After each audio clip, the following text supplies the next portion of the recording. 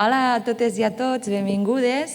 Aquesta és la taula rodona que havia de començar a les 12, són les 12:40, no passa res, horari cerverí, estem totes acostumades, i a les que sou de fora doncs ja ho sabeu, que anem una mica així amb aquest poble. Però estem bastant en família. Aquesta taula rodona ve a ser una mica de debat de quina és la situació de l'activisme juvenil i com vivim els joves la política. I tenim 4 representants de 4 organitzacions diferents del nostre panorama polític. Hi ha la Maria Fajardo, que és portaveu del grup municipal de Compromís a l'Ajuntament de Vila-real i secretària de Joves de Compromís a la Plana Baixa, és correcte?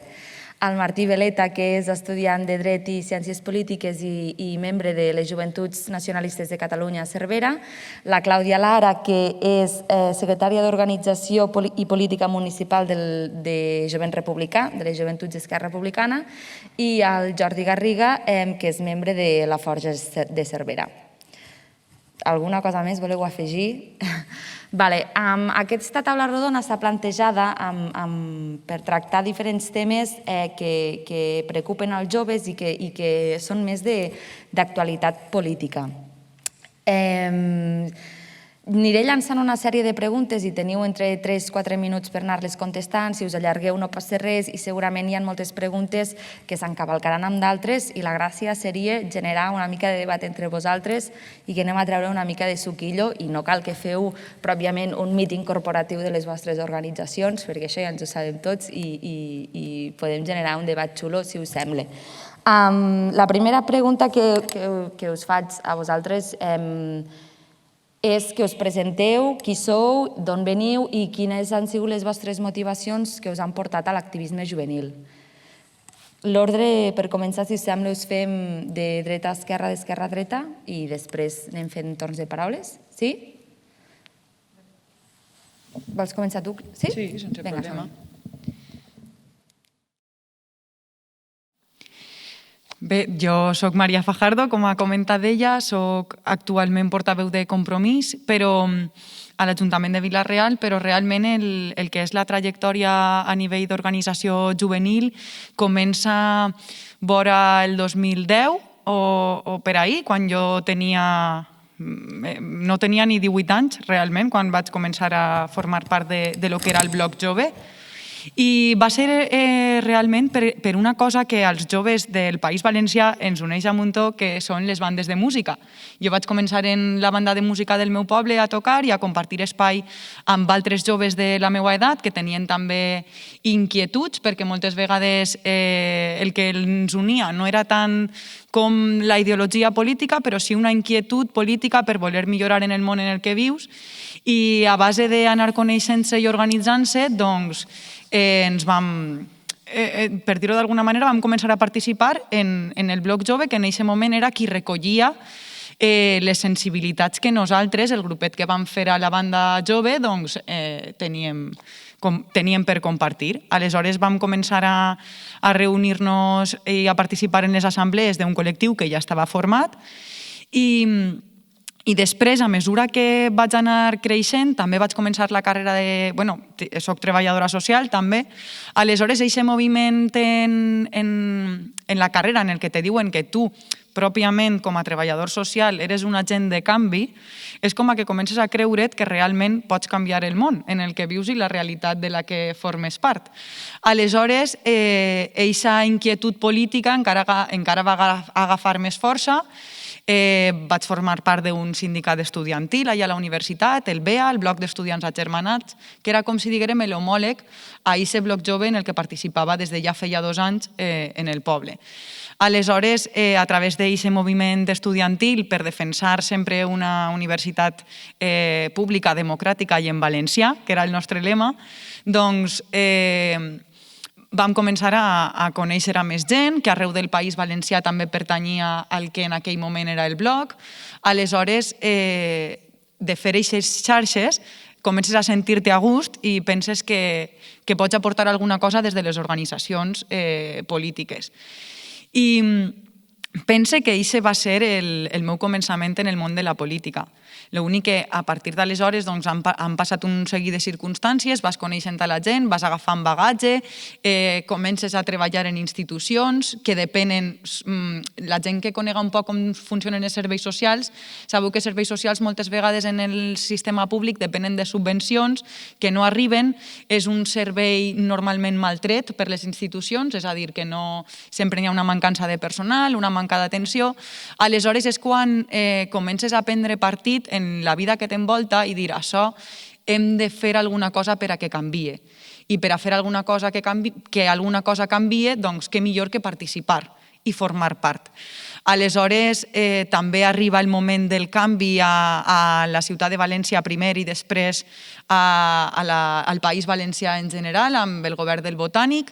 Ens plenem d'esperança i crec que és quan els joves agafem la força i la il·lusió que ja tenim característica per el fet de ser joves, però que damunt agafa aquest protagonisme de que veus que s'ha tombat el Partit Popular que tants anys governava en la nostra terra. Aleshores, crec que això són un poc els inicis del per què ara mateixa estic així. Gràcies, Maria. Martí? Bé, doncs jo soc el Martí Veleta, actualment tinc 21 anys, estic estudiant Dret i Ciències Polítiques i els meus inicis i la meva implicació en política va començar, suposo com amb molts altres joves, amb l'inici del procés independentista. Cap al 2010, cap al 2011, la societat catalana va iniciar un procés de politització, no? I a les nostres edats, a la meva edat, et comences a plantejar coses, dubtes, què passa, comences a mobilitzar-te, en cert sentit, i llavors a mi aquests dubtes m'inquietaven molt, no? I m'agradava descobrir per què passa allò, quines opinions hi ha, com podem canviar algunes coses de la nostra societat que hem de defensar per millorar i progressar com a societat. Llavors em vaig començar a introduir en aquest món i vaig descobrir la Joventut Nacionalista de Catalunya. La Joventut és aquesta organització implicada amb el moviment independentista ja des dels anys 80 i amb aquest procés que hi havia d'independència em van animar a formar-hi part i jo penso que també les organitzacions juvenils, a part de defensar uns certs interessos, de mobilitzar-te i de treballar per uns certs ideals, també estan formats pels companys i pels amics. Llavors, això és el que et fa crear cohesió i cada vegada implicar-t'hi més. Llavors vaig decidir estudiar Dret i Ciències Polítiques i canvia molt l'organització, per exemple, en un lloc com poden ser les Terres de Lleida o Cervera concretament, com quan te'n vas a la universitat i quan te'n vas a Barcelona. Allà coneixes realment com funcionen les organitzacions, la implicació diària i la implicació constant. I cada vegada em van agradant més fins al dia d'avui, que hi tinc una implicació plena i convençuda. Molt bé, gràcies. Clàudia. Doncs bon dia, jo em dic Clàudia, tinc 20 anys i també estudio Ciències Polítiques, però només Ciències Polítiques a Barcelona. I doncs a mi sempre m'havia agradat la política i sempre havia estat interessada des de ben petita. I doncs farà 3 anys se'm va ocórrer entrar a militar al Jovent Republicà perquè és una cosa que sempre m'havia cridat l'atenció i a mi m'havia agradat, m'havia interessat i doncs vaig decidir fer un pas endavant i començar, si volia canviar el meu país, que és el que veritablement volia fer, vaig creure que seria una bona manera de començar i de fer-ho. I també em volia apuntar entrar a militar en una organització on jo compartís els meus ideals i on pogués tenir, fer una mica de feina activa també i vaig decidir començar a militar perquè sempre m'havia agradat molt tot aquest tema i era una bona forma per canviar les coses. I des de Lleida, però també des de Ponent, estem fent campanyes i estem intentant fer una mica feina per poder convertir la nostra societat també en una societat millor. Gràcies. Jordi. Bé, jo soc el Jordi Garriga. Jo des de ben petit he estat relativament vinculat al moviment popular i al moviment cultural, especialment de la ciutat de Cervera. Jo crec que aquesta tendència em ve ben petit, de quan jo estava a l'escoltisme, que d'alguna manera crec que allà va ser on vaig aprendre doncs això precisament, en plan, la importància d'implicar-se no només culturalment, sinó també políticament per canviar les coses. Llavors, va ser jo, conjuntament amb un grupet d'amics, que quan fèiem més o menys tercer d'ESO, vam refundar Cervera al nucli del Sindicat d'Estudiants dels Països Catalans i també, paral·lelament, vam refundar l'antiga Assemblea de Joves de Cervera, que havia estat realment encara existia, però havia estat uns anys inactiva, llavors nosaltres la vam refundar i vam tornar a intentar dinamitzar una mica el moviment juvenil a Cervera. Llavors, van anar passant els anys, vam fer recordo els primers anys com que van ser molt fructífers perquè vam organitzar moltes activitats i vam arribar a un punt que pràcticament generàvem una activitat per joves cada mes. Després vaig anar a la universitat, vaig estudiar un doble grau de Matemàtiques i Física i a la universitat, diguem-ne que la meva militància juvenil ha passat més en un segon terme i m'he implicat més en la que ha sigut la meva principal militància fins a data d'avui, que ha sigut la militància estudiantil al Sindicat d'Estudiants dels Països Catalans, on he tingut una implicació creixent fins a arribar, i he arribat a participar a moltes campanyes que han tingut cert ressò mediàtic, com per exemple va ser la de Universitats per la República durant l'1 d'octubre, on vam impulsar una iniciativa legislativa popular per la rebaixa de taxes dels preus públics de les universitats, entre altres. I ara és el moment que em trobo. Molt bé, gràcies a tots quatre. Aquest activisme juvenil que és fruit d'aquestes inquietuds del vostre dia a dia i de les situacions que viviu, com políticament vosaltres i les vostres organitzacions feu propostes per resoldre les problemàtiques que tenim avui en dia els joves a nivell de model socioeconòmic, que és el que ens ofereix el sistema als joves, i per contextualitzar-ho una mica, si voleu entrellaçar, quines són les problemàtiques i demandes que posen de relleu la situació de pandèmia actual? És a dir, què és el que vivíem abans els joves i com es manifesta de manera més extrema ara actualment amb la situació de pandèmia. Si vols, fem... Sí, Jordi, tu? O sigui, si ens fiquem a analitzar la situació actual del jovent al Principat, però jo crec que en general als Països Catalans, bàsicament se m'acudeixen com dos factors que són els determinants per explicar la situació actual que es veu al moviment juvenil.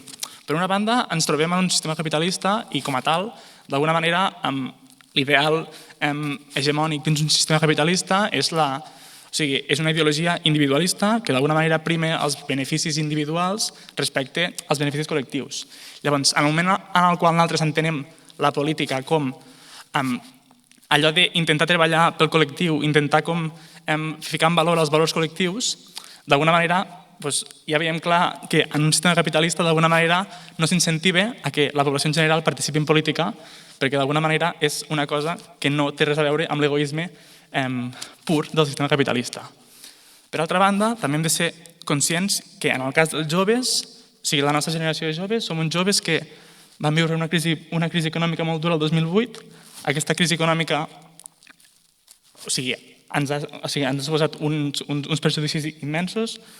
Van augmentar les taxes universitàries, això no ens permet accedir a la universitat, els preus dels lloguers són inassequibles i això ens impossibilita d'alguna manera construir el nostre projecte de vida, si és que el podem arribar a construir, i fins i tot quan ens manifestem perquè estem en contra de certes dinàmiques, se'ns reprimeix brutalment, com has a veure en els manifestants durant les manifestacions de Plaça Urquinaona.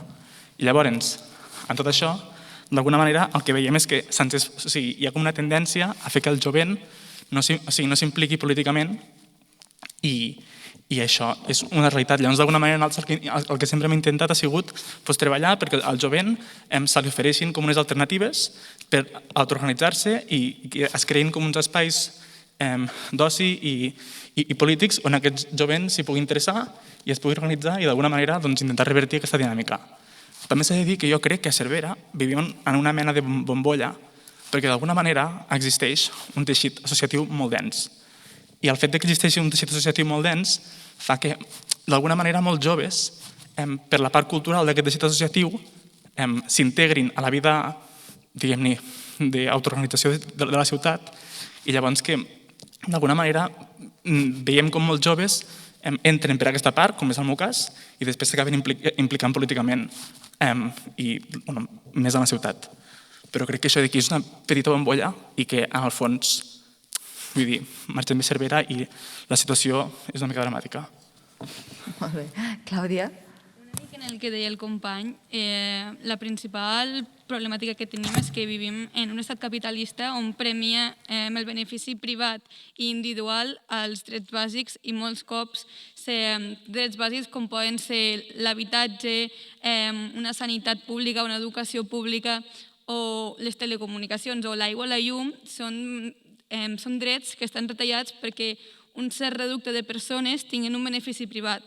Llavors, per això nosaltres creiem que el millor model amb el qual podríem sortir i amb el qual podríem millorar la vida de les persones és el socialisme, perquè al final el que penses és nacionalitzar-ho tot i que a la gent li ofereixes uns drets bàsics que puguin tenir per tindre una vida digna, amb un sou digne i unes condicions d'habitabilitats dignes, perquè al final parlem molt d'emancipació econòmica, de que els joves no es poden marxar de les seves cases i estan fins als 30 anys vivint amb els seus pares, perquè és que s'han tingut una educació pública, després els ha costat, si són de família treballadora, els ha costat molt arribar a la universitat, algunes persones no hi han pogut anar perquè no se l'han pogut costejar, i te trobes que amb 30 anys o amb 25 o amb 35 no tens una feina digna, que si tens la sort de tenir un treball, és un treball molt precari on et paguen poc, que per tenir consulta a la salut pública has de fer molta feina i que molta gent, la seva salut mental no pot accedir a una sanitat pública i universal,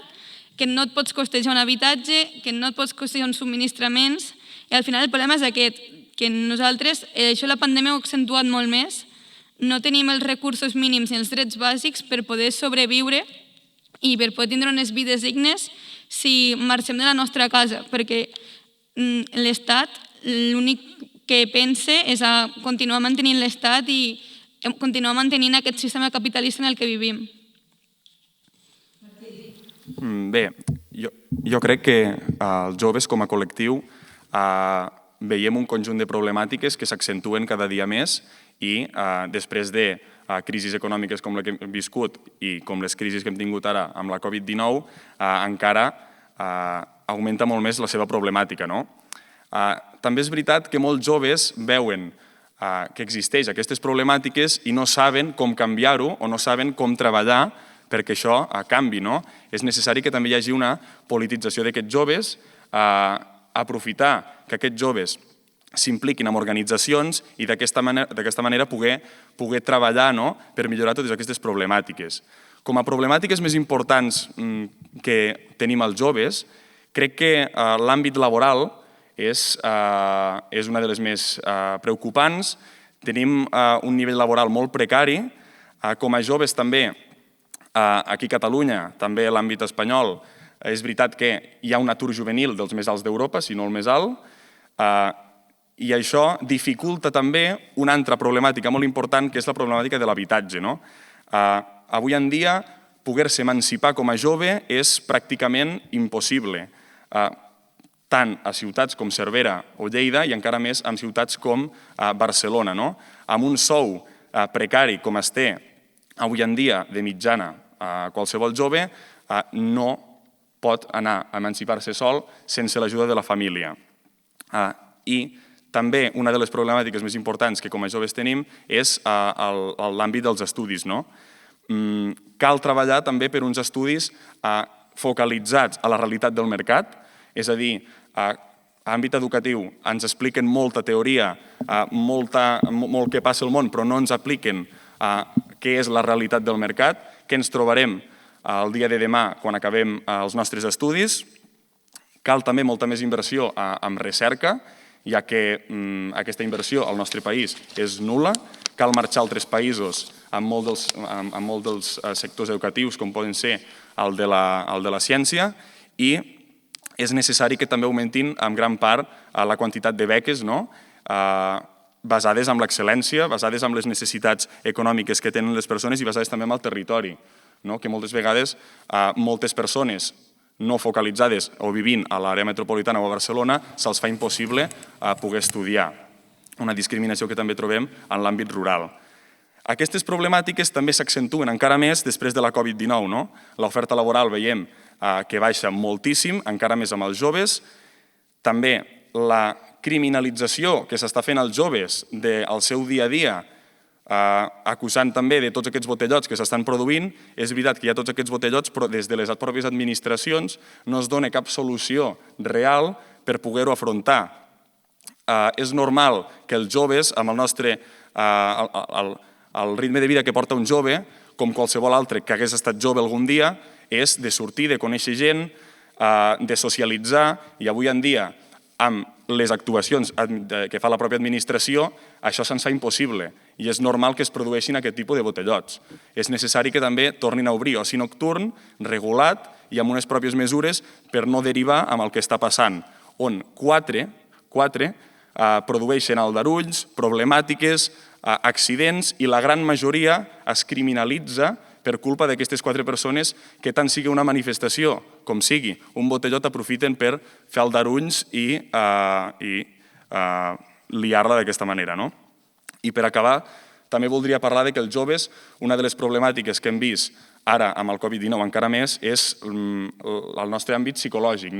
És a dir, la Covid-19 ens ha afectat psicològicament. Ja veníem, abans de la Covid, amb aquest problema molt accentuat, i crec que s'ha iniciat un procés de normalització d'aquests propis problemes que podem tindre als joves en gran mesura, veient el nostre futur més que gris, el veiem negre del tot, ja que es diu que nosaltres viurem pitjor que els nostres pares per primera vegada a la història. Llavors, crec que també és important normalitzar-ho i que des de les organitzacions juvenils treballem en aquesta normalització psicològica dels joves. Això és tot. Gràcies.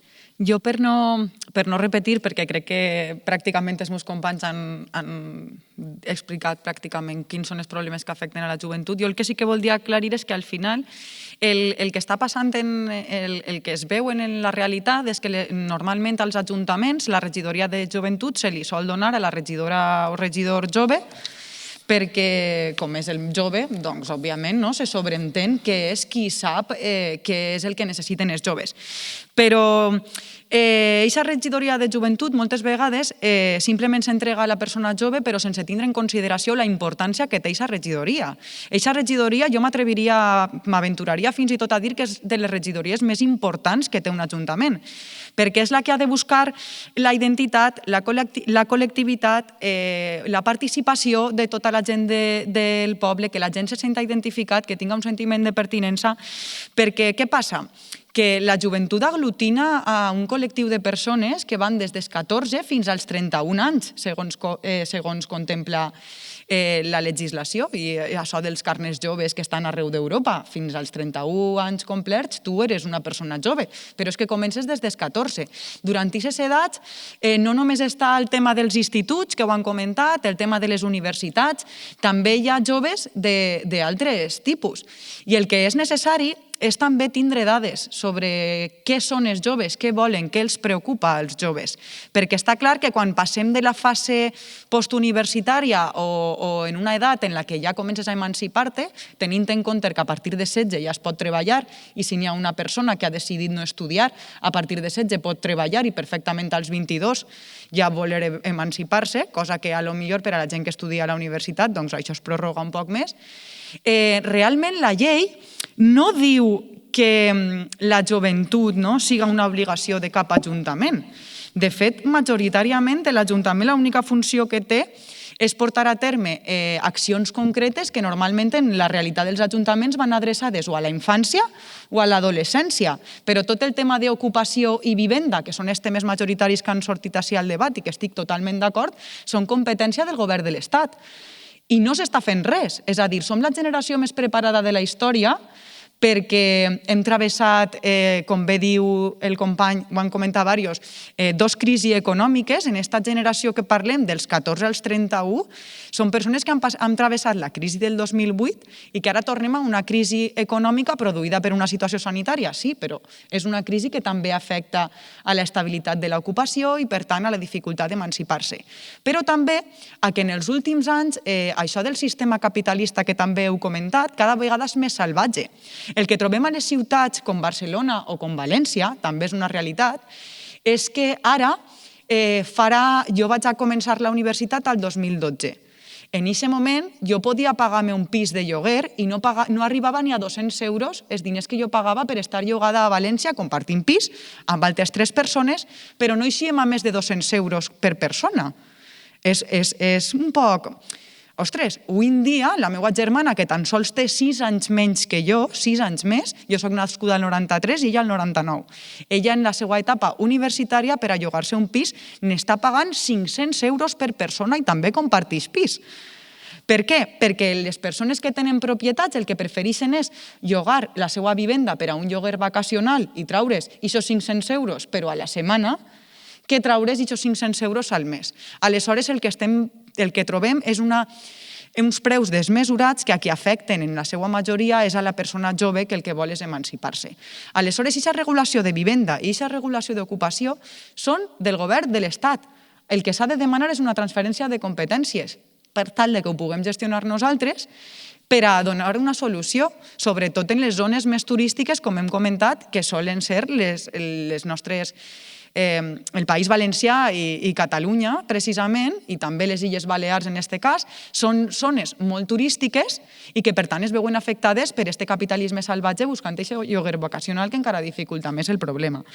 Després, el que m'agradaria deixar clar, perquè sé que la regidora de Joventut està per així, també, és que moltes vegades ens dona una responsabilitat als regidors i regidores que estem als ajuntaments que no ens correspon per el que parlem, perquè les competències no són nostres. Per això el que jo crec que hem de fer des de les polítiques municipals és facilitar la participació als joves, per a que siguin gent organitzada i gent compromesa, però no d'uns pocs. És a dir, si alçarem la mà quanta gent d'ací pertany a una associació en favor de la llengua, per exemple, suposa que tots alçaríem la mà. Però la pregunta no és aquesta, la pregunta és de tot el jovent, quanta gent es droga? Quanta gent va a les sales de joc? Quanta gent toca la guitarra? Quanta gent és amiga del colom? Quanta gent va de casera? Perquè aquesta gent jove també existeix. És a dir, el que no podem deixar de veure és que els joves, a l'aglutinar tanta edat, també aglutina molta ideologia, molta sensibilitat respecte a algunes coses. Són molt diversos. Aleshores, crec que el que s'ha d'intentar fer és que aquesta gent, independentment del que pense, sí que tinga aquest espai per a organitzar-se i lluitar per coses que al final sí que tenim en comú. Perquè jo, per exemple, que me considero una ferma defensora dels animals, no me n'aniria de cacera en la vida, sé que l'associació de caçadors del meu poble, que també té gent de la meva edat, també li preocupa el tema de la vivenda o l'ocupació. Al final sí que ens uneixen certs problemes pel fet de ser joves. Aleshores, crec que n'hi ha que buscar això, els mitjans de que els joves prenguem partit i decidim nosaltres quines són les polítiques que se fan per a nosaltres. Molt bé. Heu plantejat un escenari catastròfic. És el que és, no ens amaguem i crec que com a joves ens preocupa i el plantegem d'aquesta manera perquè tenim molta vida per endavant i realment, com diu el Martí, ho veiem molt negre. A nivell global, quines solucions des de les vostres organitzacions o des del vostre punt de vista podem donar a aquesta situació? Per una banda, hi ha la definició de polítiques de joventut que vagin més enllà d'un títol o d'organitzar consells de joves i que la gent hi participi, fem fotos. Realment, quines són com hem de dotar aquestes polítiques com fem polítiques públiques pel jovent i que realment donguin solucions, això a un nivell més potser de polítiques locals, polítiques municipals o polítiques més en un àmbit acotat, i a nivell macro quines solucions tenim a llarg termini dins d'aquest sistema. La pregunta que us feia abans, per exemple, el dret a l'autodeterminació aporta solucions als reptes i necessitats que tenim els joves d'avui en dia? No sé, vol començar algun concret? Jordi, també? Sí? A veure, perdó, diverses coses. Sobre el que has dit ara últim, a nivell municipal, quines solucions podem plantejar, jo crec que és molt interessant el que l'acompanya, que d'alguna manera s'ha de fomentar la participació dels joves en espais i que d'alguna manera aquests joves puguin autoorganitzar-se i ells mateixos com decidir en plan quines iniciatives volen tirar endavant. Llavors jo crec que, senzillament el que s'ha de fer és dotar-los de les eines, és a dir, donar-los els recursos perquè aquests mateixos joves puguin organitzar-se i decidir què volen fer. Crec que ara mateix els joves no tenim aquestes facilitats i els que ens han pogut organitzar és perquè d'alguna manera hem tingut la sort de que se'ns ha donat les circumstàncies i el context perquè en el moment de la nostra vida en el qual estàvem més vius políticament se'ns va donar aquesta oportunitat, llavors ho vam fer així. Però a moltes persones això senzillament no se'ls dona. Llavors jo crec que aquesta és com la política més important que s'hauria d'intentar fonamentar. I sobretot que siguin espais autoorganitzats dels joves i que n'hi hagi d'alguna manera una direcció externa. Llavors, pel tema que s'han tractat molts temes, ja ho diré després el tema de l'autodeterminació, però d'alguna manera, és que és igual, del tema de l'autodeterminació, jo crec que aquí s'ha de ficar en valor amb tot aquest procés mobilitzador que hi ha hagut aquests anys, que els joves d'alguna manera jo crec que hem donat un exemple i hem sigut, vull dir que se'ns ha d'agrair tota la feina que hem fet durant tots aquests anys, perquè d'alguna manera els joves han desenvolupat un paper crucial en tot el procés independentista i sobretot en les mobilitzacions dels darrers anys, perquè en totes les mobilitzacions que hi va haver, els joves vam ser la punta de llança de cada una d'elles. És a dir, el 1 d'octubre jo recordo aquí a Cervera que va ser el sindicat d'estudiants dels Països Catalans que va autoorganitzar-se i va decidir tancar l'Institut La Segarra i gràcies a això la gent es va quedar a dormir aquell dia i després tothom hi va anar, però d'alguna manera van ser els joves que van fer això i després també veies joves a Universitats per la República que es van autoorganitzar, van fer la manifestació més multitudinària que hi ha hagut mai de joves a Barcelona amb 40.000 persones, van ocupar la Universitat Central i allà els propis joves autoorganitzats ens van crear un espai perquè gent de tots els Països Catalans poguessin anar allà a dormir-hi perquè el dia 1 d'octubre poguessin a primera hora anar a defensar les urnes. Van fer taules perquè la gent que no sabia on havia d'anar a votar se'ls informava de on havien d'anar a votar. I també veiem com en la resposta a les sentències els joves i especialment els estudiants vam ser els que vam sortir massivament de classe el primer dia que van sortir les sentències, vam anar tots a l'aeroport i després vam estar una setmana mobilitzant-nos fins que vam dir prou i després de les mobilitzacions a Urquinaona ens vam plantar a plaça Universitat i vam estar durant més d'un mes pràcticament acampant allà dient que això s'havia acabat i que s'havia de ficar, que s'havia de plantejar alguna solució a tot plegat. Vull dir que d'alguna manera crec que el procés independentista i en general el moviment d'alliberament nacional ha sigut una oportunitat per mobilitzar molts joves i un jove mobilitzat i un jove polititzat és una gran oportunitat pel futur. Jo, primer el que comentaves de quines polítiques es poden dur a terme, jo havia pensat en dues polítiques, per exemple, una que s'està duent a terme en Lleida, però també en altres ciutats, que és, per exemple, la masoveria urbana, que és que l'Ajuntament o la institució que sigui ofereix a un grup de joves que s'han organitzat en una associació i llavors els tenen un pis que està bé i els joves durant uns mesos treballen en el seu propi pis amb una formació prèvia que se'ls ha fet i restauren el seu propi pis. És una forma de renovar i rehabilitar edificis vells i també que els joves puguin tenir un lloguer social, perquè és un habitatge que és d'una institució pública que els cedeix als joves perquè puguin reformar i així també és com tu has aconseguit un habitatge a través del teu treball i tens un lloguer social on pots viure. I una altra política també que m'ha corregut ara i que he pensat, que és el que està fent la Generalitat, però també altres tipus d'ajuntaments, com l'Ajuntament de Barcelona i altres institucions del Principat, que tots aquells pisos buits que tenen immobiliàries i que tenen altres fons privats que tenen molts pisos i que fa molt temps que estan buits, que no només que estiguin al sector turístic, sinó que estan buits i fa molt temps que estan buits, ara estan ficant multes, però està pensat que al final, al cap de cert temps, aquests pisos s'expropiïn i passin al mercat de lloguer protegit de l'Ajuntament o la institució que sigui. I a partir d'aquí una política de joventut seria ficar aquests pisos en lloguer social des de l'Ajuntament perquè llavors és de lloguer jove.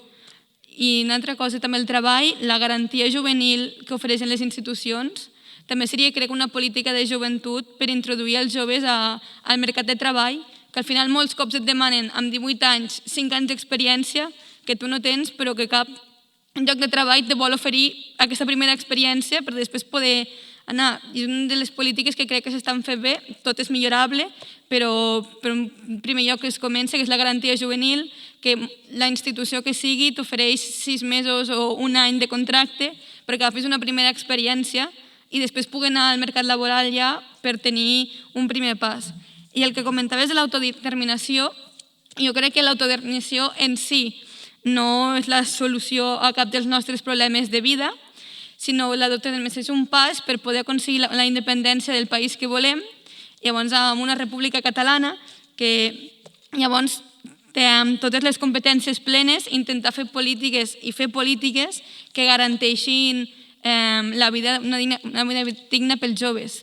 I com ha explicat el company, els joves sempre han estat i sempre estan a totes les manifestacions, a tot on sigui, i també és la forma que els joves tenim de lluitar pel nostre país i de, a través de l'autodeterminació, al final poder aconseguir aquest país que tant anhelem i que esperem que millori i que millorarà la vida de tota la població, però també dels joves, perquè és un dels sectors més precaritzats i que més està afectant tot.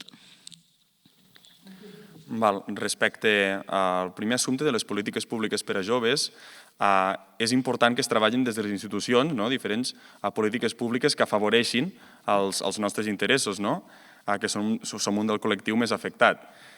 Unes polítiques públiques per a joves serien, per exemple, obligar a les empreses a remunerar els estudiants que estan fent pràctiques en determinades empreses perquè moltes vegades empreses s'aprofiten de les pràctiques d'aquests joves per no pagar-los, per tenir treball de forma gratuïta. Per tant, haurien d'existir convenis, universitats, empreses i qualsevol estudiant que estigui fent unes determinades pràctiques que aquestes fossin remunerades i amb una remuneració digna.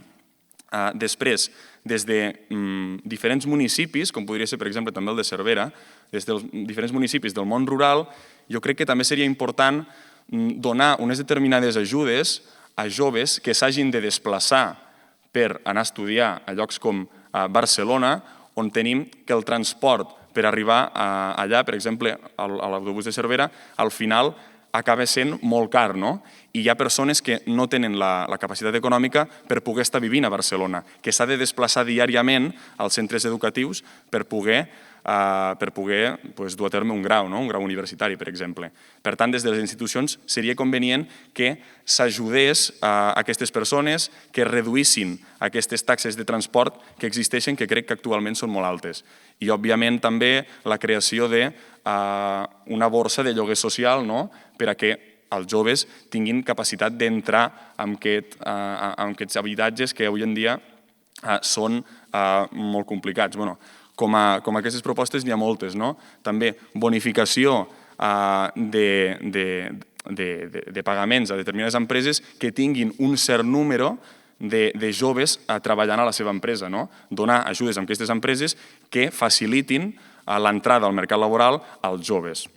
Bé, i respecte a l'autodeterminació, jo crec que els joves sempre hem estat, els joves implicats en les organitzacions polítiques, siguin vinculades a partits o no a partits, com un accelerador pels partits que poden estar governant o que estan a les institucions. Amb el procés independentista és evident, molts partits van intentar posar el fre, parem-ho, perquè és millor una estabilitat, que ens mantinguem on estem, i els joves és veritat que han estat apretant, i és evident que van apretar i van accelerar el que hem viscut amb el procés d'independència, perquè els partits realment defensessin o realment es posicionessin amb la realitat de la societat, amb la realitat que és evident que es reclama la possibilitat d'autodeterminació per acabar culminant amb la independència del nostre país.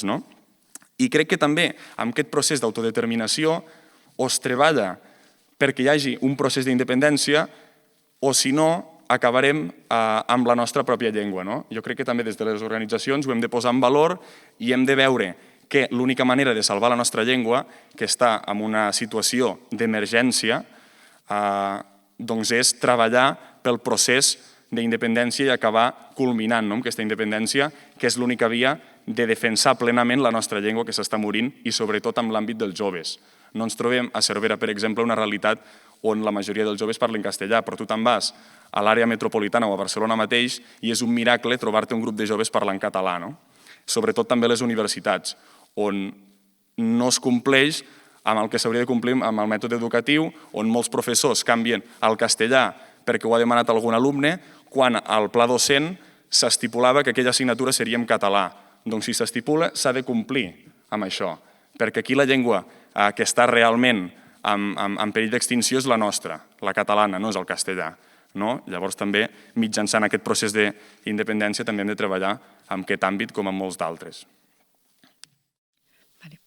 Jo crec que el que han comentat els companys són polítiques realment de joventut que es poden fer i que, òbviament, s'ha de perseguir per a que es porten a terme, tot el tema dels lloguers socials, la regulació dels preus dels lloguers, el tema també de les taxes universitàries, de les beques que tenim accés, també sabeu que arriben des d'Europa en pujos i en cujos que tenim al nostre Ajuntament, que és per donar aquesta oportunitat a la gent que acaba d'acabar d'una formació professional o d'una universitat, i crec que això és una cosa que està pràcticament a tots els ajuntaments de l'estat espanyol i també és una realitat del País Valencià, i per això crec que s'ha de seguir promovent aquest tipus de polítiques, però també m'agradaria anar més a l'arrel i per no repetir un poc el que heu comentat, i també allò de la reforma laboral que el govern més progressista de la història se va comprometre que canviaria només arribar i no s'ha produït, crec que també afecta els joves en gran mesura, sobretot en una modalitat dels contractes que tenim, que és el contracte d'emprenedors, que és un contracte que fa que ens puguen contractar a una empresa, per exemple, en el meu cas, com a treballadora social, me contracten en una empresa privada en un contracte d'emprenedors. I aquest contracte d'emprenedors té un any de període de prova. És a dir, tu estàs tot l'any treballant allí, que la gent que sap el que fa un treballador social, doncs tens un vincle ja després d'un any en els teus usuaris, en les famílies a les que atens, però arriba aquest any en el que has estat la mar de gust treballant i te diuen que estàs acomiadada perquè no has superat el període de prova, perquè com el període de prova és d'un any, els és més barat tirar-te després d'un any que fer-te fixe, perquè, òbviament, després d'aquest any ja han de fer-te fixe en l'empresa. Aleshores, crec que aquesta modalitat de contrats perjudica moltíssim a la gent jove, sobretot, perquè fins i tot te dona un vestigi d'esperança, tu ja portes 6 mesos, 7 mesos, 8 mesos treballant, dius, ei, que bé, però arriba l'any i no has superat el període de prova i te'n vas al carrer, quan saps perfectament que les empreses utilitzen això per a especular. I per què utilitzen això per a especular? En el País Valencià tenim una gran indústria de residències de la tercera edat, que és Sàvia, i en aquestes residències, per exemple, tu te contracten, te fan este contracte d'emprenedors, estàs un any treballant i a l'any t'acomiaden de l'empresa, per exemple, de Sant Antonio de Benajever, però, ojo, te van a agarrar en la de la Vall d'Uixó, que també és de Sàvia, però com ja no és la mateixa empresa, perquè ja no té el mateix TIF, tot i pertànyer a la mateixa xarxa, tornes a començar aquest any de període de prova en un sector totalment igual, però que està ubicat en una altra zona del territori. Aleshores, crec que hem de perseguir, per suposat, i implementar totes aquestes polítiques que heu comentat des del que se pot fer des dels ajuntaments o des del que se pot fer des dels governs, però n'hi ha que anar també a apretar a aquest govern de l'Estat per a que faci una reforma laboral. I què passa? que l'autodeterminació, vinculant tot el que parlàvem, doncs crec que seria la clau, òbviament. Seria la clau que obri tots els panys, que es diu, perquè, òbviament, quan tu tens aquestes competències en matèria d'ocupació, en matèria de vivenda, en matèria de qualsevol cosa, doncs tu t'organitzes atenent a la realitat del teu país, a la teua realitat.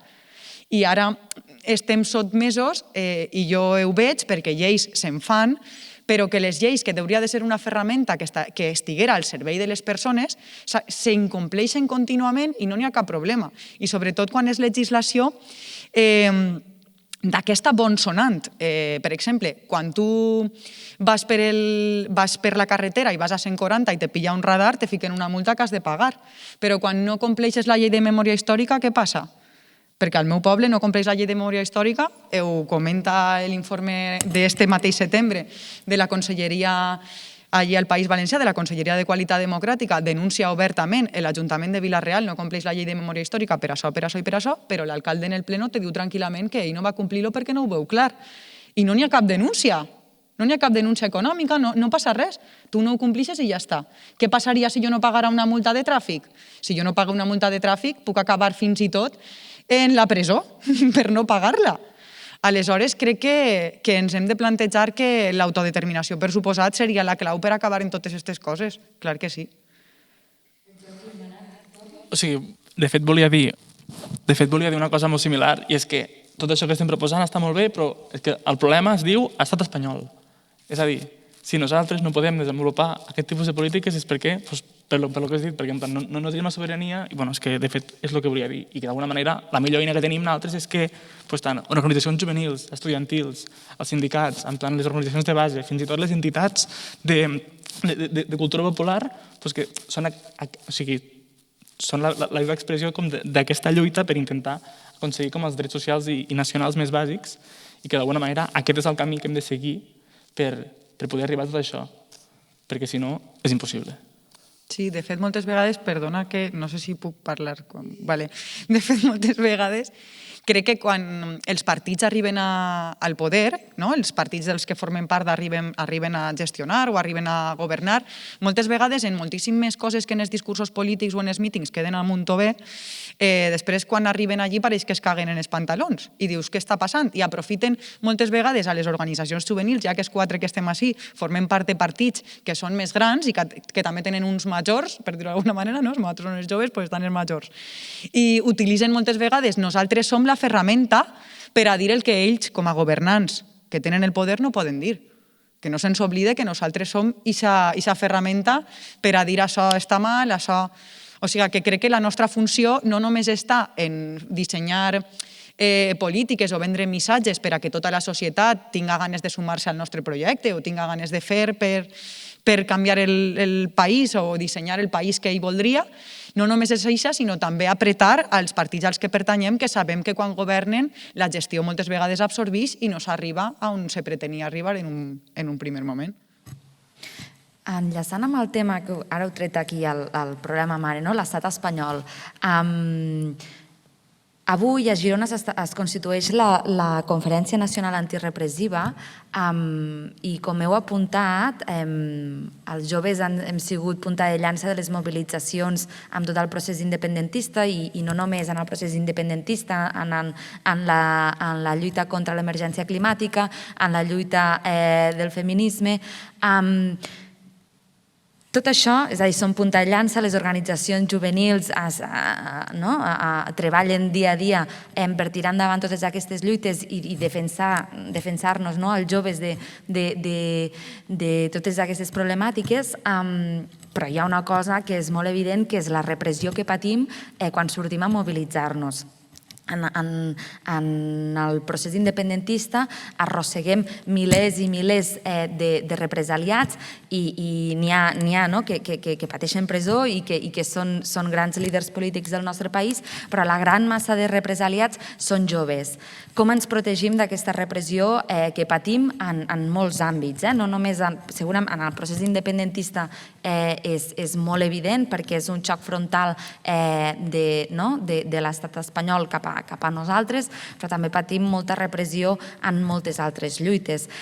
com hi fem front i com entrellacem aquestes lluites per fer front també amb aquesta repressió.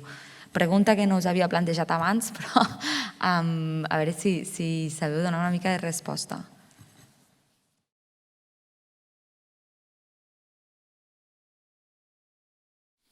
Jordi. O sigui... Sempre et dic a tu perquè ets el que tinc més confiança i, doncs mira. O sigui, malauradament, en plan, jo crec que l'estat espanyol és el que és i fins i tot, o sigui, en alguns casos és la pròpia Generalitat de Catalunya que està exercint com a acusació particular en molts d'aquests casos, és a dir, que la repressió, d'alguna manera, no només ens ve de l'estat espanyol, sinó que també ens ve teòricament dels nostres companys, però, o sigui, d'alguna manera, l'única solució que tenim és crear una xarxa antirepressiva entre totes aquestes organitzacions que estem políticament implicats i d'alguna manera intentar superar tots aquests obstacles conjuntament, amb solidaritat amb les persones represaliades, intentant donar-los tot el suport que puguem donar-los i poca cosa més podem fer. Perquè ara mateix, o sigui, crec que el problema de la repressió és un problema que no es superarà fins que no estiguem en un dels últims estadis de la que teòricament és la nostra lluita, que seria la lluita per l'alliberament nacional i social del nostre país. Perquè és evident que la repressió, amb qui exerceix la repressió, són com aquelles institucions de l'Estat que són com les que expliquen el fonament de l'Estat burgès en el fons, i per tant que fins que no s'acabin superant totes aquestes estructures s'acabi com derrotant abans es feia menció a alguna d'aquestes estructures com podria ser la policia, la justícia i tal. Són estructures que mai aconseguim superar-les fins que no realment aconseguim el nostre objectiu final. Per tant, més enllà de solidaritzar-nos amb els nostres companys, és molt complicat ara mateix aplicar una mesura concreta per solucionar això. Exacte, en la línia del que deia el company, nosaltres el que no podem fer és ni controlar la fiscalia ni controlar tot l'aparell judicial que té l'Estat i que va en contra de nosaltres. El que podem fer és organitzar-nos perquè si totes les organitzacions, si estem tots units al final, estarem igualment encausats, però sempre es poden fer pressió, s'ha demostrat que fent pressió es rebaixen les condemnes o per pagar les multes o per fer costat a totes aquestes companys i companyes que al final estan encausats, pot ser per una manifestació, pot ser per encadenar-te o pot ser per anar a un desnonament, però al final la pressió popular fa que hi hagi condemnes que s'alleugereixen o que hi hagi gent que arriba a ser absolta i també que tota la gent que està encausada, si està molt més acompanyada i està organitzada, té el suport de la seva organització i té molta més informació sobre com procedir, però també té tot el suport de totes les altres organitzacions, perquè si al final tu ets una persona que tu no estàs organitzada, a tu no et coneixen, però a tu et falta informació i no tens el suport de tota la gent. Si en canvi estàs organitzada, la teva organització ho exposa això, te dona tu suport, però també la resta del moviment independentista et dona suport perquè coneix el teu cas i al final fa pressió popular. Doncs si s'ha de pagar una multa, s'ajuda a pagar la multa entre tots, que al final jo crec que l'organització és molt important per fer front a la repressió, perquè les condemnes i l'aparat judicial de l'Estat no el podem parar. Com si juguéssim amb ell. El que sí que podem fer és intentar minimitzar l'impacte i que entre tots, al final, amb l'organització se poden aconseguir grans victòries com absoldre a part dels encausats per la pública a judici o que es rebaixin condemnes. Jo estic completament d'acord amb el que han dit els meus companys. Jo crec que és important fer front comú de totes aquestes organitzacions que són víctimes d'un mateix estat espanyol i el que no s'ha de fer és agafar la por, que és el que volen ells. Ells el que volen és que tinguem por i escarmentar-nos, perquè la violència no només es troba als carrers, que també, i ho hem vist multitud de vegades, la violència també la trobem als jutjats. I el que ha passat amb els nostres líders independentistes és un escarment pur i dur perquè tinguem por nosaltres mateixos del que s'ha fet. I el que no s'ha d'agafar és aquesta por, sinó el que nosaltres hem de fer és seguir amb un front comú, amb unitat, que crec que nosaltres mateixos és el que ens falta en molts àmbits, i amb aquesta unitat tirar endavant, perquè això no ho podran parar ni a cops de porra ni posant-nos als jutjats, perquè tampoc hi cabrem tots al jutjat. Per tant, mitjançant aquest front comú, no perdre la por i visibilitzar l'uns als altres el que vol aquest estat espanyol i el que està fent aquest estat espanyol. I és això. Sí, jo no sé què més dir. Vull dir, estic totalment d'acord amb el que han comentat els companys. Crec que teixir aliances és molt necessari. I també el que ha comentat la companya, allò d'estar informat, la informació sempre és poder. Aleshores, no només tindre en les organitzacions algú que ens puga informar de la legislació vigent, quins són els nostres drets i quins són els nostres deures, sinó també conèixer-los. Una cosa tan senzilla com que t'aturen i te pregunten «¿Usted dónde va?» o «¿Usted de dónde viene?», sabeu que és il·legal que ens ho pregunten. No tenim per què respondre. Vull dir, si tu me vols parar, me vols catxear perquè el que siga, o me vols fer un control d'alcoholèmia, o me vols fer el que vulguis, pots fer-ho, però a vostè no li importa d'on vinc ni on vaig.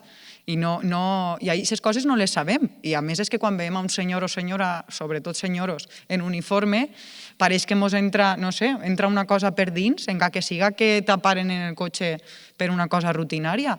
I és perquè ells han creat aquest missatge de por que comenta el company.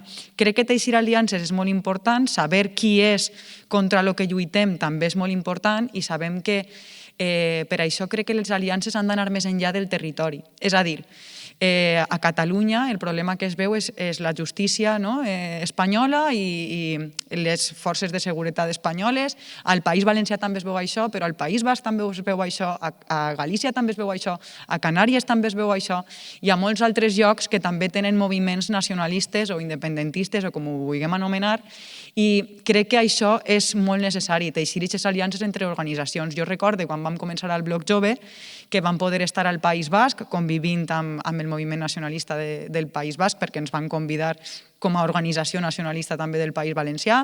Així a Catalunya també hem estat amb les JNC farà uns anys. És a dir, que sí que hem compartit experiències, però crec que ara amb el moviment valent independentista que ha sorgit a Catalunya, això s'ha diluït molt i no sé per quin motiu és. Vull dir, no sé si vosaltres que esteu a aquestes organitzacions podeu dir el per què, però és ben cert que aquestes convivències que se feien abans entre els partits ara ja no es fan tant. No sé si és per por també a que es guite, no sé, me dic, igual és que com ara els catalans s'han envalentonat, doncs que no ens es guite a la resta, no? Però crec que aquestes sinergies entre entitats que al final persegueixen el mateix, crec que és superpositiu i jo per mi crec que és una de les coses que hauríem de potenciar en les nostres organitzacions. O sigui, jo volia mencionar un fet, i és que hem de ser molt conscients que la repressió sempre ha existit. És a dir, en els líders del procés independentista es va fer molt evident i potser va servir perquè molta gent sigués conscient que aquesta repressió per part de l'estat espanyol existeix, perquè d'alguna manera sempre hi ha hagut presos polítics a l'estat espanyol. En el conflicte del País Basc hi va haver centenars de presos polítics, a Catalunya hi va haver centenars de presos, alguns fins i tot estan en aquest auditori, polítics arran del moviment de defensa de la terra, i actualment hi ha més de 3.000 represaliats i continua havent presos polítics arran del procés independentista. Llavors és com essencial continuar visibilitzant aquests casos perquè, d'alguna manera, són persones que segurament no tenen la visibilitat que van tindre els presos, els líders del procés independentista, però que d'alguna manera se'ls ha de continuar fent costat perquè si hem dit que el més important precisament és solidaritzar-nos amb tots aquests casos, doncs aquí més que mai. Només volia afegir que, com deia el Jordi, vull dir, tota la història sempre l'estat espanyol ha actuat de la mateixa manera, que és mitjançant la repressió, però és que això ja va passar fa segles amb altres colònies que podia arribar a tenir l'estat espanyol.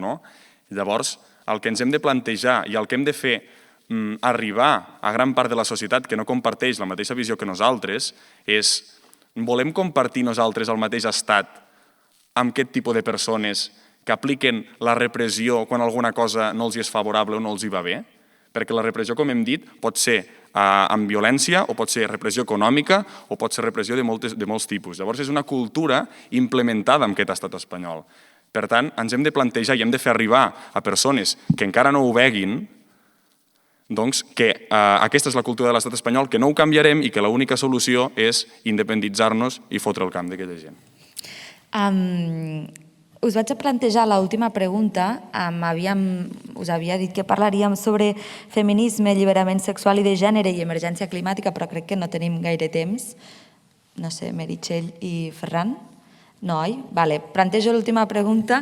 Lligat amb el que estem parlant ara del que suposa la repressió i lligant una mica amb la temàtica de la jornada d'avui, com fem front a l'extrema dreta des de l'activisme juvenil? És a dir, hem parlat de processos de politització, de com arribem a conformar les nostres idees polítiques en base a la realitat que vivim. La pregunta, com fem front amb aquesta extrema dreta emergent a l'estat espanyol i que evidentment també és present a casa nostra? Jordi? O sigui, primer de tot, ja que tenim aquest tema, aprofitar perquè d'alguna manera, de dir que d'alguna manera, en plan, és molt difícil parlar d'això quan abans aquí hem tingut com uns autèntics referents en aquest sentit, i que d'alguna manera en plan són persones que ens han precedit, jo crec que en el meu cas concret els considero com uns referents perquè d'alguna manera han precedit la lluita que d'alguna manera estic intentant dur a terme el dia a dia en molts sentits. També si seguís amb el fil roig de la història d'alguna manera veuríem que l'organització on la Núria i el Guillem estaven militant, Maulets, és aquella organització que al llarg dels anys, ara mateix, ha esdevingut la força i intentem fer-nos dignes de l'herència que ells ens van deixar i que ens continuen demostrant cada dia. Llavors, d'alguna manera volia agrair la seva presència i tot el que hem fet, perquè crec que és en plan una cosa que no ho fem prou. És admirable. Llavors, en el cas de l'extrema dreta, crec que l'única via que hi ha és combatre-la en tots els sentits i en tots els espais. I un exemple, per exemple, molt gràfic de com podem combatre l'extrema dreta, és el cas del Marcel Vivet. És aquest jove independentista que el van condemnar, de fet, a 5 anys de presó per un tema que justament abans ha sortit, aquesta manifestació contra un sindicat policial d'ultradreta. I és aquest tipus d'accions les que s'han de dur a terme per combatre l'extrema dreta, que malgrat tot, ara, més que mai amb el procés independentista i com abans s'ha explicat, continua campant encara impunement pel nostre país.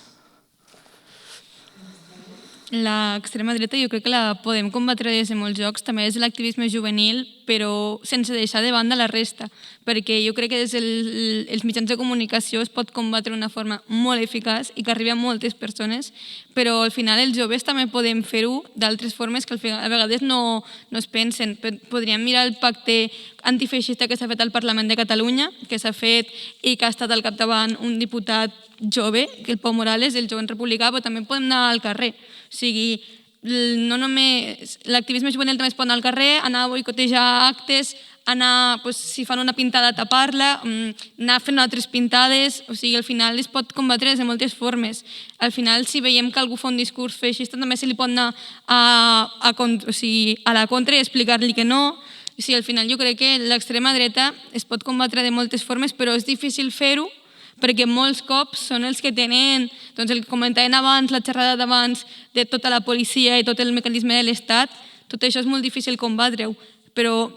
I ara encara més amb l'auge de Vox i amb tot el seu argumentari que està fent, però per exemple al Parlament de Catalunya se l'està combatent a Vox amb un pacte antifeixista, als carrers també estan sortint plataformes antifeixistes que van en contra de Vox i en contra dels seus actes, però no només és Vox, que això moltes vegades se'ns perd. També hi ha altres grups d'extrema dreta que no han tingut el suport dels mitjans de comunicació i els quals també estan difonent aquest missatge. Llavors, jo crec que amb aquestes 3 vies de comunicació i amb l'activisme juvenil, o sigui, 3 vies, l'activisme juvenil, però en les institucions i al carrer, perquè al final no només es fa activisme juvenil al carrer, sinó que també hi ha joves que poden estar a les institucions.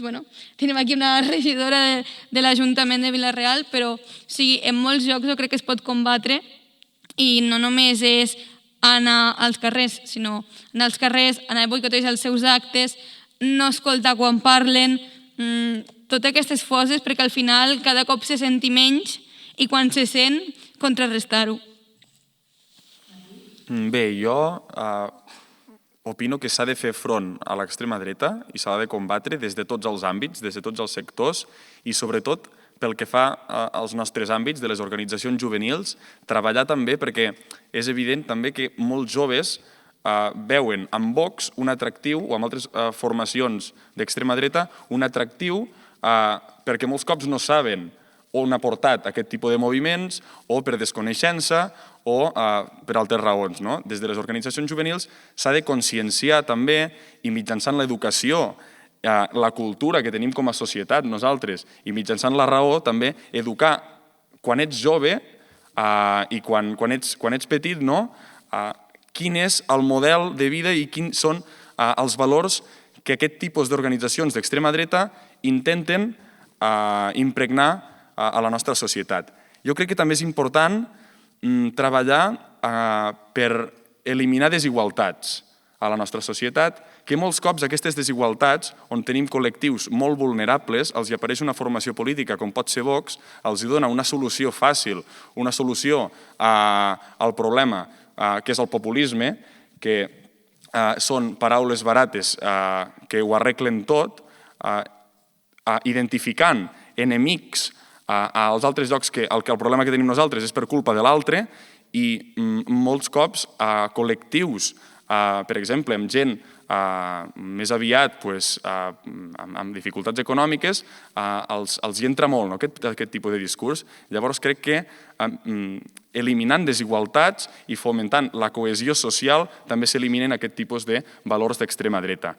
L'únic que jo exclouria de la lluita contra aquestes formacions d'extrema dreta és amb la violència. És a dir, ells tenen una cultura de violència. Si nosaltres també responem amb aquest tipus de violència, és el que ells busquen. És a dir, ells busquen el titular de ens han agredit aquí, hem tingut aquesta baralla allà, busquen el titular fàcil i d'aquesta manera encara tenen més veu. Jo des de la violència no els combatria. Des de tots els altres sectors sí, però responent amb el que ells ens donen, jo això no hi aniria, és el que busquen. Tot l'altre sí. Sí, jo crec que, òbviament, el feixisme s'ha de combatre des de les institucions, per suposar també des dels carrers i les places. De fet, crec que les persones que estem ací, com bé heu comentat, som els fills d'aixòs carrers i aquestes places que en l'any que jo estava naixent, en el 93, quan matàvem a Guillem Agulló, començaven a eixir i començaven a adonar-se que no eren 4, vull dir que eren molts més. Aleshores, crec que nosaltres som fruit de tota aquesta força i hem de seguir lluitant. Però crec que el fonamental també és ser pesat, literal, ser pesat i constant. I on vull arribar és que, per exemple, quan he comentat de l'Ajuntament de Vila-real que no compleix la llei de memòria històrica, vull recordar que l'Ajuntament de Vila-real està governat per una majoria absoluta del Partit Socialista. És a dir, no està governat ni per Vox, ni per el Partit Popular, ni per partits que tradicionalment siguen de la dreta. És el Partit Socialista. Aleshores, on vull arribar és que moltes vegades parlem de feixisme i ho focalitzem als partits feixistes per antonomàsia, però el que passa és que vivim en un estat feixista, vivim en un estat en el que se va maquillar moltíssim, com ha comentat Nadal abans, el tema de creure's que eren la generació de la democràcia. Vull dir, això és una creença que els meus pares, i suposo que els vostres també, tenen. És a dir, és com van educar a les nostres famílies i com van educar a aquesta generació. Aleshores, aquesta llei també del silenci, la mal anomenada llei del silenci, per a que tot el món callara i ningú denunciara el que passava i la repressió que després de la signatura de la Constitució també vam seguir patint a alguns pobles. Aleshores, crec que encara en 2021, concretament en la nostra organització, portem a l'Ajuntament demanant eliminar els vestigis franquistes des que es va aprovar la llei de memòria històrica, que ja fa uns quants anys. De fet, ara n'hi ha un esborrany per ampliar aquesta llei, la llei de memòria democràtica, que diuen, no? Quan encara no s'està complint ni aquella llei de memòria històrica, em sembla ridícul. Per això dic que allò de ser pesat crec que funciona. perquè nosaltres som pesats durant molts anys, però sí que és cert que s'han fet algunes accions. A mi ahir, a nit, quan arribàvem a Cervera, em sobtava molt, però també m'enorgullia moltíssim arribar i veure com estava indicat el cementiri d'ací del poble i posava cementiri fossa de la Guerra Civil. A Vila-real estem lluitant perquè s'obriguen unes fosses de la Guerra Civil que també estan ubicades al cementeri perquè n'hi ha famílies que encara estan reclamant als seus familiars. Estem a 2021, encara no s'han obert. I mireu que les fosses de Paterna, per exemple, al País Valencià, són ben famoses, és pràcticament el cementeri d'Espanya, perquè ahir n'hi ha gent de tots els puestos, vull dir, no només del País Valencià o Catalunya, sinó n'hi ha gent de Conca, n'hi ha gent d'Albacete, vull dir, n'hi ha gent de tots els llocs, però el meu alcalde ha anat a fer-se la foto en les fosses de Paterna, però encara té una fossa que no ha obert, i és del Partit Socialista, i se nega a obrir-la. Ens hem queixat a la conselleria, ens hem queixat fins i tot... Vaig ajudar a redactar a una senyora de 94 anys una carta a Carmen Calvo, quan era la vicepresidenta, perquè era una persona socialista, i me deia, anem a escriure-li a Carmen Calvo a veure si així aconseguim que el PSOE faci alguna cosa així, perquè com són del mateix partit, se coneixeran. No ha servit de res, vull dir, han passat 2 anys perquè això va ser una de les primeres accions que vaig fer com a regidora i encara no han obert aquesta fossa. Aleshores, vull dir que el primer que hem de tindre clar és que vivim en un estat feixista. No hem de centrar-nos només amb la gent que els mitjans de comunicació malauradament li donen veu i que fan molt de soroll, però que al final no només són ells. N'hi ha moltes coses que ens envolten i que vivim amb naturalitat i que també són feixistes.